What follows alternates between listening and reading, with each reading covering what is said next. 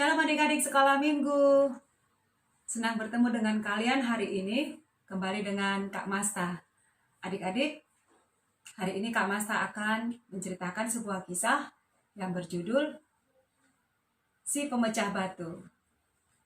Adik-adik, ada seorang pemecah batu sedang mengeluhkan keadaannya. Dia berkata dalam hatinya, Tuhan tidak adil. Aku bekerja kepanasan setiap hari. Lebih enak seperti matahari. Dia tidak usah bersusah payah seperti aku. Jika Tuhan adil, aku ingin menjadi matahari. Lalu Tuhan mengabulkan keinginannya. Seketika itu juga, jadilah dia matahari. Lalu, dengan garangnya, dia menyinari seluruh bumi. Sehingga matahari itu membuat panas semua manusia. Akan tetapi, datanglah awan hitam menutupi sinar matahari tadi. Matahari menjadi marah. Ternyata awan hitam bisa mengalahkanku. Tuhan tidak adil. Aku tidak mau jadi matahari. Aku mau menjadi awan hitam saja. Lalu Tuhan mengabulkan permintaannya. Jadilah dia awan hitam. Dengan sombongnya, dia menutupi seluruh bumi. Dan dia sangat bangga dengan keadaannya saat itu. Adik-adik, tiba-tiba dari berbagai arah datanglah banyak angin. Wus, wus, wus. Si awan hitam tadi akhirnya terjerai-berai. Dan awan hitam pun menjadi kembali marah. Mengeluh kembali.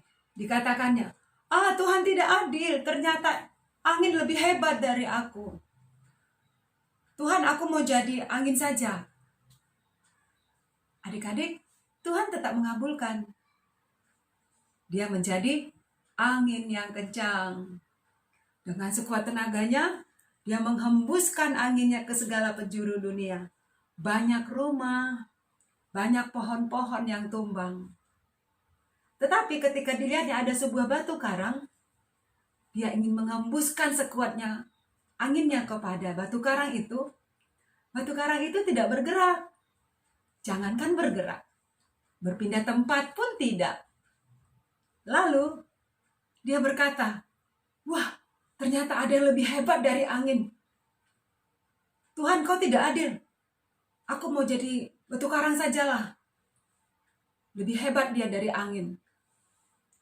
Tuhan masih mengabulkan keinginannya. Dia menjadi batu karang. Untuk sementara waktu, dia merasa hebat. Karena tidak ada yang mengalahkannya. Tetapi adik-adik, suatu hari datanglah seorang laki-laki membawa alat pemecah batu. Sedikit demi sedikit, batu karang itu dipecahkannya menjadi potongan yang kecil-kecil. Akhirnya, si batu karang pun sadar. Ternyata dia lebih baik menjadi seorang pemecah batu. Itu cerita yang bisa kakak sampaikan, yang bisa menjadi renungan buat kita. Apa yang bisa kita ambil renungan dari cerita yang Kak Masta sampaikan barusan? Adik-adik, ketika kita tidak pernah merasa puas dengan diri kita, ketika engkau masih melihat kelebihan orang lain, maka engkau tidak akan pernah merasa cukup dengan dirimu. Engkau tidak akan pernah mengatakan, aku luar biasa. Tetapi engkau akan mengatakan orang yang lebih hebat. Ketika setiap apapun yang terjadi dalam hidupmu, engkau mengatakan bahwasannya Tuhan tidak adil, maka yang datang adalah keserakahan.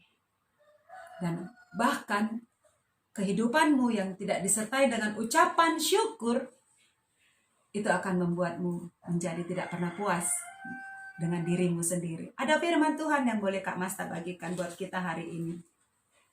Filipi 4 ayat 11 mengatakan, Kukatakan ini bukanlah karena kekurangan, sebab aku telah belajar mencukupkan diri dalam segala keadaan. Renungan hari ini mengingatkan kita, mari kita mencukupkan diri apa yang ada dalam diri kita, apa yang ada dalam hidupmu, apa yang sudah engkau miliki saat ini, dan diberikan orang tuamu, apapun yang engkau punya. Cukupkanlah dengan dirimu sendiri. Ketika kita ada ucapan syukur, kita akan mengatakan, terima kasih Tuhan, sudah cukup yang kau berikan. Dan percayalah, Tuhan akan memberikan lebih lagi. Rasa cukup bukan karena kita berlebih, rasa cukup disertai dengan ucapan syukur, itu akan membuat kita berlebih. Demikian firman Tuhan hari ini. Semoga menjadi berkat bagi kita. Yesus memberkati. Shalom.